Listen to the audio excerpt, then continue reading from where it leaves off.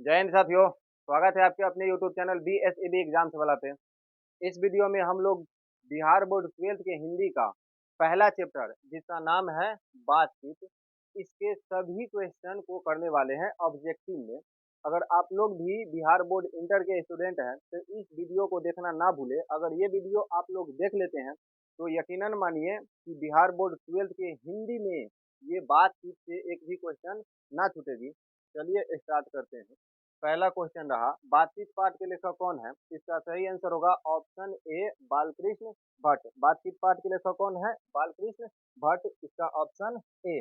उसके बाद next question 2 number का ये रहा।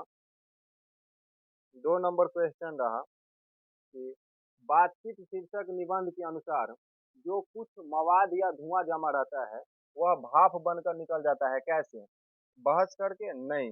झगड़ा करके? नहीं। किसके द्वारा? तो बातचीत के जरिए। बातचीत करके जो कुछ भी मवाद या धुआं जमा रहता है वो बातचीत के जरिए निकल जाता है भाप बनकर। इसमें बताया है बातचीत पाठ में। उसके बाद 3 नंबर क्वेश्चन ये रहा, जैसा काम वैसा परिणाम किस लेखक के द्वारा रचित प्रहसन है? तो ये बालकृष्ण भट्ट के द्वारा ही लिखा गया है। इसका सही आंसर होगा ऑप्शन सी, जैसा काम वैसा परिणाम किसके द्वारा लिखा गया है? तो बालकृष्ण भट्ट के द्वारा।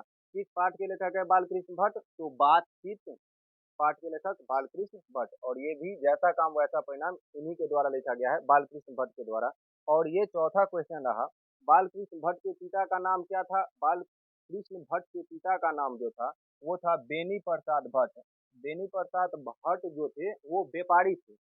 आगे क्वेश्चन आ सकती है कि बालकृष्ण भट्ट के पिता पेशे से क्या थे? तो वो व्यापारी थे।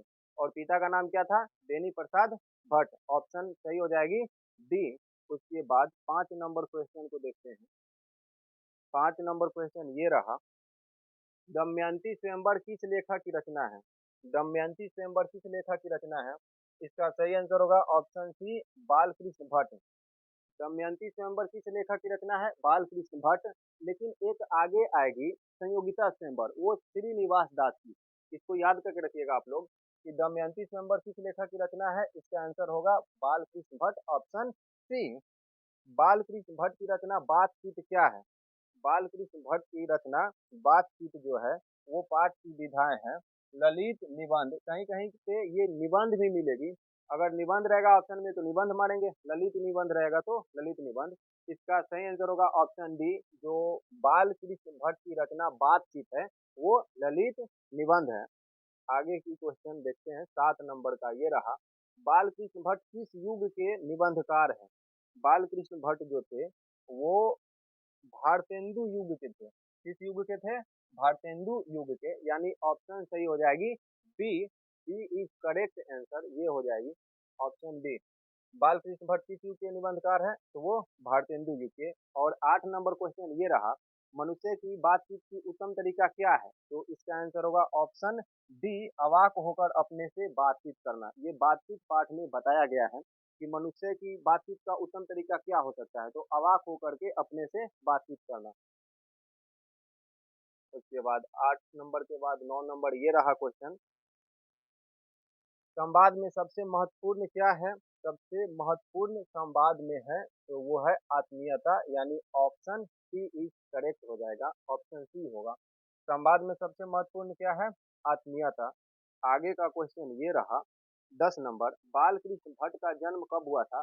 बालकृष्ण भट्ट का जन्म 23 जून 1844 को हुआ था, यानी ऑप्शन ए, 23 जून 1844 ईस्वी को बालकृष्ण भट्ट का जन्म 23 जून 1844 ईस्वी को हुआ था।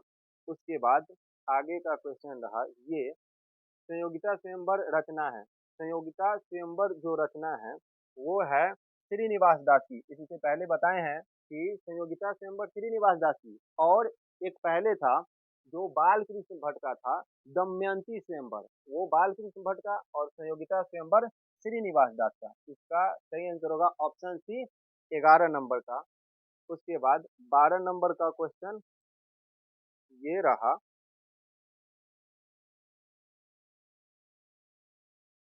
तो 12 नंबर का क्वेश्चन रहा, बातचीत शीर्षक निबंध के अनुसार रस का समुद्र किनकी बातचीत से उभरा चला जाता है? तो इसका सही आंसर होगा ऑप्शन ए, दो हम सहेलियों के बातचीत में। सही आंसर होगा ऑप्शन ए। उसके बाद 13 नंबर क्वेश्चन ये रहा,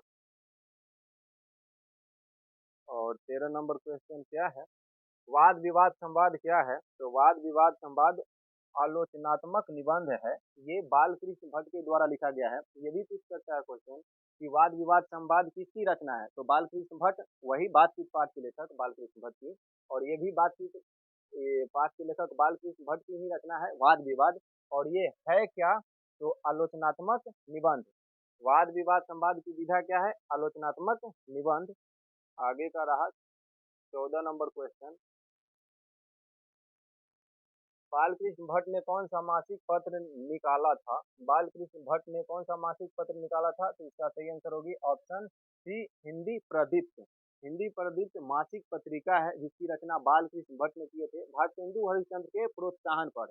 और ये भी क्वेश्चन पूछता है कि किसके प्रोत्साहन पर बालकृष्ण भट्ट हिंदी प्रदीप्त का प्रकाशन किए हुए थे? तो हिंदी प्रदीप्त का प्रकाशन किए हुए थे भारतेंदु हरिश्चंद्र के कहने पर बालकृष्ण भट्ट। तो इसका सही आंसर होगा ऑप्शन सी, बालकृष्ण भट्ट ने कौन सा मासिक पत्र निकाला था? हिंदी प्रदीप्त। उसके बाद आगे का क्वेश्चन ये रहा, बातचीत किस विधा की रचना है? बातचीत किस विधा की रचना है? बातचीत पाठ जो है वो उसकी विधा क्या है? तो बातचीत की है विधा निबंध, और नहीं तो ललित निबंध। ऑप्शन में कहीं पे निबंध मिलेगी, कहीं पे ललित निबंध, तो दोनों जो भी ऑप्शन में रहेगा उसको टिक कर देंगे। इसका आंसर होगा ऑप्शन डी। आगे का क्वेश्चन ये रहा 16 नंबर, रॉबिन्सन क्रूसो ने 16 वर्ष के उपरांत किसके मुख से एक बात सुनी थी? तो वो फ्राइडे नाम की व्यक्ति के। रॉबिन्सन क्रूसो का किस्सा तो आप लोगों ने सुना ही होगा। ये 16 वर्ष तक जंगल में बिता दिए थे और उसके बाद फ्राइडे के मुख से क्या सुनी थी? एक बात सुनी थी। सबसे पहले 16 वर्ष के बाद फ्राइडे के मुख से सुनी थी। कितना वर्ष तक जंगल में बिता दिया था? 16 वर्ष। और उसके बाद 17 नंबर क्वेश्चन ये रहा, बातचीत के माध्यम से बालकृष्ण भट्ट क्या बताना चाहते हैं? बातचीत के माध्यम से बालकृष्ण भट्ट बातचीत की शैली बताना चाहते हैं। बातचीत की शैली ऑप्शन हो जाएगी ए, सही आंसर होगी ऑप्शन ए। बातचीत के माध्यम से बालकृष्ण भट्ट क्या बताना चाहते हैं? बातचीत की शैली, ऑप्शन हो जाएगा ए। उसके बाद नेक्स्ट क्वेश्चन ये रहा 18 नंबर, भट्ट जी को, मतलब वही बालकृष्ण भट्ट, भट्ट जी को किसने अंग्रेजी साहित्य के एडिशन और इसील की श्रेणी में रखा? तो ये रखे थे रामचंद्र शुक्ल। इसका आंसर होगा option C, Ramchandra Shukla. 19 number question ये रहा, बालकृष्ण भट्ट के निवास स्थान कौन सा है? तो बालकृष्ण भट्ट के जो निवास स्थान था वो इलाहाबाद उत्तर प्रदेश था। बालकृष्ण भट्ट का निवास स्थान Allahabad Uttar Pradesh. Option B, Allahabad Uttar Pradesh. 20 number question ये रहा, बालकृष्ण भट्ट ने किस मासिक पत्रिका का संपादन किया हुआ था? हिंदी प्रदीप। इसी से पहले भी क्वेश्चन आया था कि किस मासिक पत्रिका का संपादन किए हुए था बालकृष्ण भट्ट, तो हिंदी प्रदीप था। और किसके कहने पर, किसके प्रोत्साहन पर? तो वो भारतेंदु हरिश्चंद्र के। 21 नंबर क्वेश्चन है, बालकृष्ण भट्ट ने हिंदी प्रदीप नामक मासिक पत्रिका निकालना कब प्रारंभ किया? तो ये 1877 ईस्वी में। इसका ऑप्शन सही हो जाएगी बी, जो 1877 ईस्वी में थे वो बालकृष्ण भट्ट ने हिंदी प्रदीप्त नाम के जो मासिक पत्रिका था उनको निकालना प्रारंभ किया। और ये मासिक पत्रिका हिंदी प्रदीप्त 33 सालों तक चला हुआ था। आगे का 22 नंबर क्वेश्चन ये रहा, बालकृष्ण भट्ट के पिता पेशे से क्या थे? बालकृष्ण भट्ट के जो पिता पेशे से थे वो थे व्यापारी। ये क्वेश्चन पूछी भी है बिहार बोर्ड में कि बालकृष्ण भट्ट के पिता पेशे से क्या थे? तो बालकृष्ण भट्ट के पिता पेशे से व्यापारी थे। और इनके पिता का नाम क्या था? तो बेनी प्रसाद भट्ट। बालकृष्ण भट्ट के पिता का नाम क्या था? बेनी प्रसाद भट्ट। 23 नंबर क्वेश्चन ये रहा, कौन सा उपन्यास बालकृष्ण भट्ट द्वारा रचित है? तो मैला अचल नहीं, ये फणीश्वर नाथ रेणु के द्वारा लिखा गया है। ये भी नहीं, बी नहीं। 100 अजान एक सुजान, बालकृष्ण भट्ट के द्वारा लिखा गया उपन्यास कौन है? 100 अजान एक सुजान। ये किसके द्वारा लिखा गया है? बालकृष्ण भट्ट के। तो ये क्वेश्चन पूछ रहा है कि कौन सा उपन्यास बालकृष्ण भट्ट के द्वारा रचित है? 100 अजान एक सुजान, यही बालकृष्ण भट्ट के द्वारा लिखा गया है। ऑप्शन हो जाएगी सी। उसके बाद नेक्स्ट क्वेश्चन 24 नंबर ये रहा, नाटक के प्रारंभ में होने वाले मंगल पाठ को क्या कहा जाता है? नाटक के प्रारंभ में होने वाले मंगल पाठ को क्या कहा जाता है? क्या भजन? नहीं, हाँ नांदी पाठ। इसका ऑप्शन क्या हो जाएगी? डी जो सही आंसर होगी। नाटक के प्रारंभ में होने वाले मंगल पाठ को क्या कहते हैं? नांदी पाठ कहते हैं। उसके बाद रॉबिन्सन क्रूसो को कब तक मनुष्य का मुख देखने को नहीं मिला? रॉबिन्सन क्रूसो 16 वर्ष तक। कितने वर्षों तक? 16 वर्षों तक। और 16 वर्ष के बाद फ्राइडे के नाम से वो बात सुनी हुई थी। आ, आगे देख रहे हैं 26 नंबर क्वेश्चन ये रहा, बोलने से ही मनुष्य के रूप का साक्षात्कार होता है।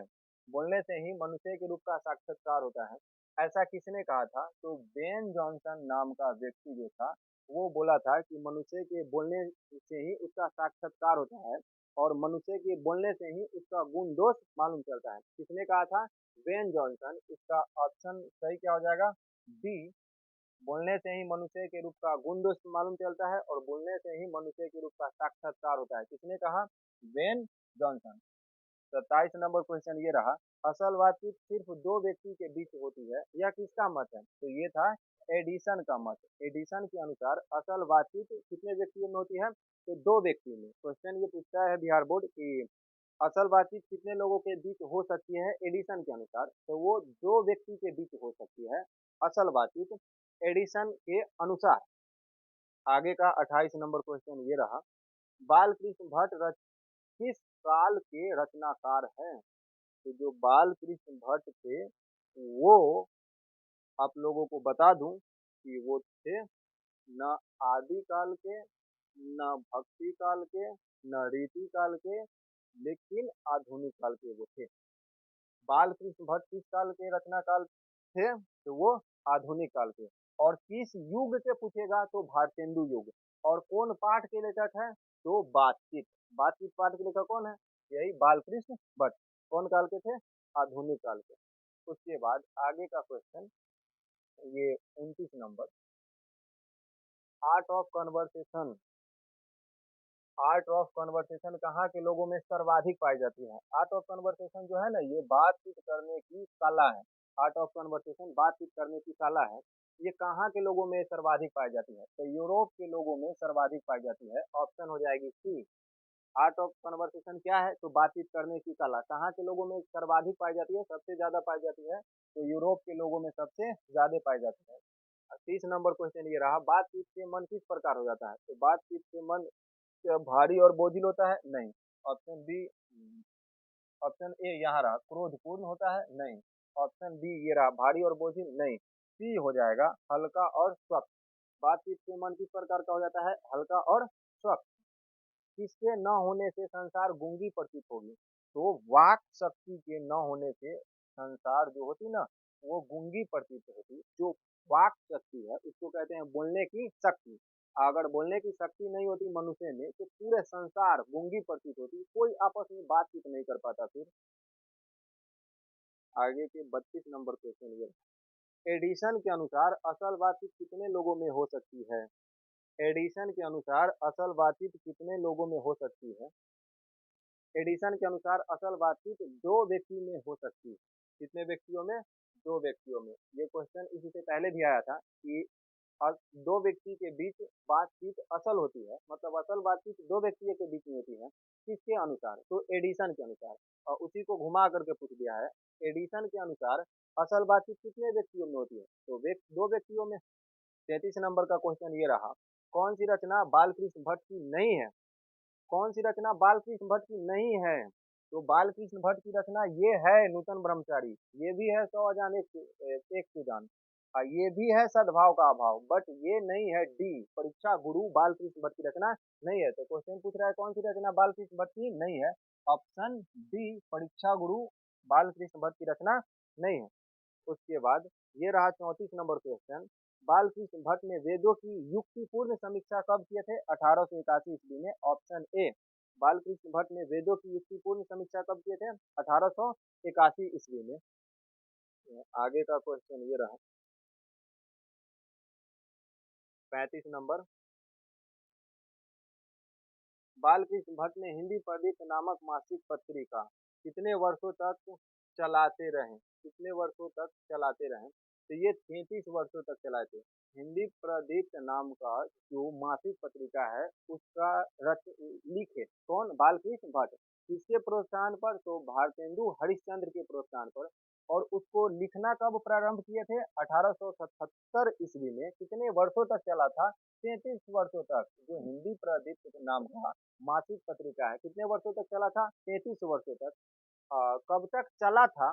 तो 1877 ईस्वी में तो ये लिखना ही प्रारंभ किए थे। इसमें 33 को ऐड कर देंगे तो ये हो जाएगी 1910। 1910 तक चला था। कब तक चला था? 1910 तक। तो क्वेश्चन पूछेगा कि हिंदी नामक मासिक पत्रिका कब तक चला था? तो 1910 तक। कितने वर्षों तक चला था? 33 वर्षों तक। आगे का 36 नंबर ये रहा। बालकृष्ण भट्ट की माता का नाम क्या था? बालकृष्ण भट्ट की माता का नाम था पार्वती देवी। ऑप्शन हो जाएगी सी। बालकृष्ण भट्ट की माता का नाम पार्वती देवी। Option C. उसके बाद आगे का क्वेश्चन ये 37 नंबर रहा। बालकृष्ण भट्ट के प्रारंभिक अध्ययन विषय क्या थे? बालकृष्ण भट्ट जो अध्ययन किए थे वो कौन विषय थे? तो वो संस्कृत थे। बालकृष्ण भट्ट के अध्ययन विषय क्या था? संस्कृत। बालकृष्ण भट्ट का अध्ययन विषय संस्कृत। और ये लास्ट क्वेश्चन रहा। क्वेश्चन ये रहा, किसके प्रोत्साहन पर बालकृष्ण भट्ट ने हिंदी नामक मासिक पत्रिका का संपादन किया?